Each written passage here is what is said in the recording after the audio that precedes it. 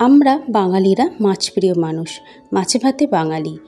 বাঙালিরা যেমন বিভিন্ন ধরনের মাছ, ইলিশ মাছ, কাতলা মাছ, রুই মাছ, ভেটকি মাছ, আরও বিভিন্ন ধরনের মাছ যেমন ভালোবেসে থাকে, সেরকম এই পাবদা মাছও একটা বিশাল ভালোবাসার জায়গা বাঙালিদের কাছে।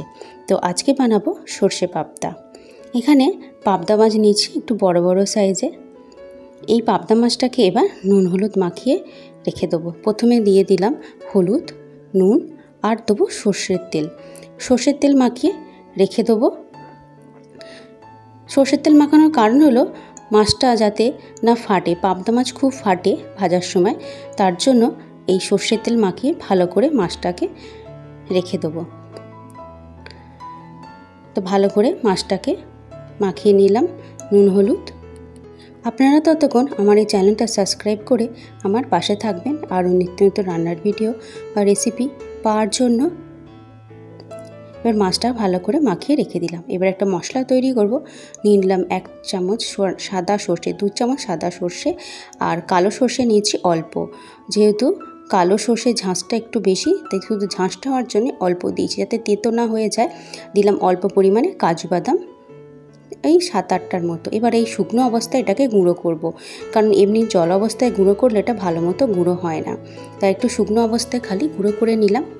তাতে দিয়ে দিলাম কয়েকটা কাঁচা লঙ্কা।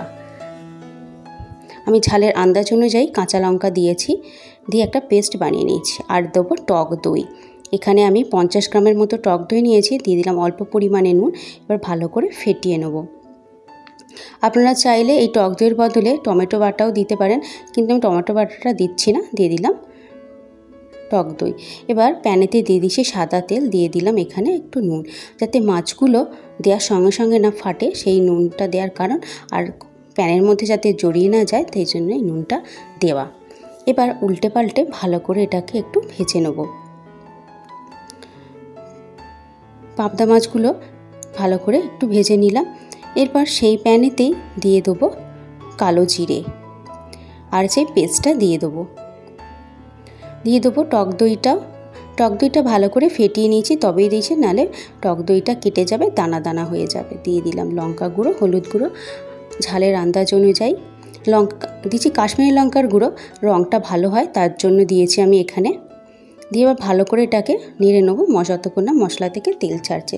মশলা থেকে তেল ছেড়ে গেছে, এবার দিয়ে দেবো আন্দাজ মতো নুন, কাঁচা লঙ্কা আর অল্প একটু চিনি দিলাম স্বাদের ব্যালেন্সটাকে করার জন্য, যেহেতু টক দই দিয়েছি সেই জন্য। এবার মিক্সে দেওয়া একটু জল দিয়ে দিলাম। এবার এটা যখন ফুটে উঠবে তখন একটা করে এই পাবদা মাছ এর মধ্যে দিয়ে দেবো। এটা ফুটে উঠেছে, এবার পাবদা মাছগুলো এর মধ্যে দিয়ে দিলাম। পাবদা মাছ খুব নরম মাছ, বেশি ফোটাবার দরকার হয় না। একটা হয়ে গেলেই এটাকে নামিয়ে নেবো আমি। ওই 7 থেকে 8 মিনিট একটু ফুটিয়ে নিয়েছি, ব্যাস যাতে মাছের মধ্যে রসটা ঢুকে যায়। তো মাছের মধ্যে ভালো মতো রস ঢুকে গেছে, এবার এটাকে নামিয়ে নেবো।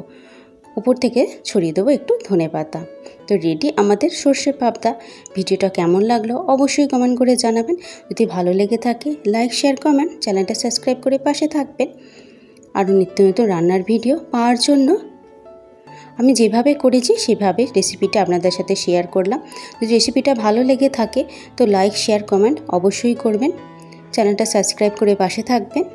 আর এই ভিডিওটা দেখার জন্য আপনাদের অসংখ্য ধন্যবাদ। আপনারা সবাই ভালো থাকবেন আর সুস্থ থাকবেন।